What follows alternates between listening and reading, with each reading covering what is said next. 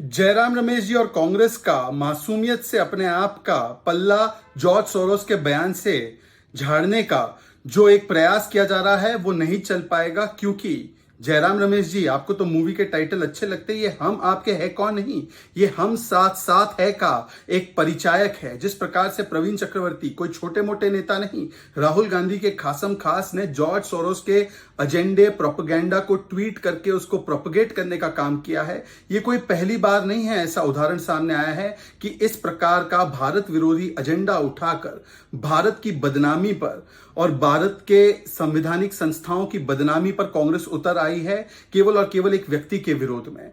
ये वही George Soros है जिसे इकोनॉमिक ऑफेंडर से लेकर कई चीजें कही गई है उसके कृत्यों की वजह से, जो बिलियंस ऑफ डॉलर्स खर्च करता है हमारे देश में डिस्टेबलाइज और डिमोनाइज करने के लिए डेमोक्रेसी को, यहां की आंतरिक प्रक्रियाओं के साथ छेड़खानी करने के लिए और जनता के मैंडेट को अंडरमाइन करने के लिए, राष्ट्रवादियों को टारगेट करने के लिए, और इसको चोला उड़ाते हैं, पहनाते हैं जन कल्याण का। परंतु जो असली एजेंडा है वो सामने निकल कर आ चुका है और खुद उसकी मुंह जबानी सामने निकल कर आ चुका है। पर फिर भी कांग्रेस पार्टी ऐसे मानसिकता और लोगों का समर्थन करती है, उनका खंडन नहीं करती है, उनके साथ उनके एजेंडे को बढ़ाती है। तो कांग्रेस पार्टी उसकी स्पेशल पर्पस व्हीकल और वेक्टर की तरह काम कर रही है और एक व्यक्ति के विरोध में किस प्रकार से देश का विरोध करती है कांग्रेस, उसका प्रमाण सामने आया।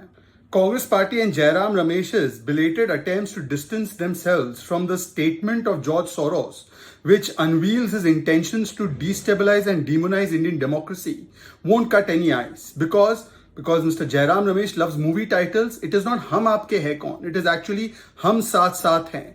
And it is evident that this Hum Saath Saath Hai is to the extent that Praveen Chakravarti, a close aide of Rahul Gandhi, a top-notch leader of the Congress's ecosystem and parivar, has tweeted and pushed and peddled the propaganda of George Soros. And therefore the Congress party is not an innocent bystander, but a vector of this propaganda and this insidious agenda of this self-styled economic war criminal called George Soros, whose activities are well known and whose intentions, imperialistic and otherwise, are well known. And today he has declared how his intention is to destabilize Indian democracy, interfere with our integrity, our sovereignty, our electoral practices, and in a sense undermine the mandate of the people of India, and to target those who are nationalists in this country.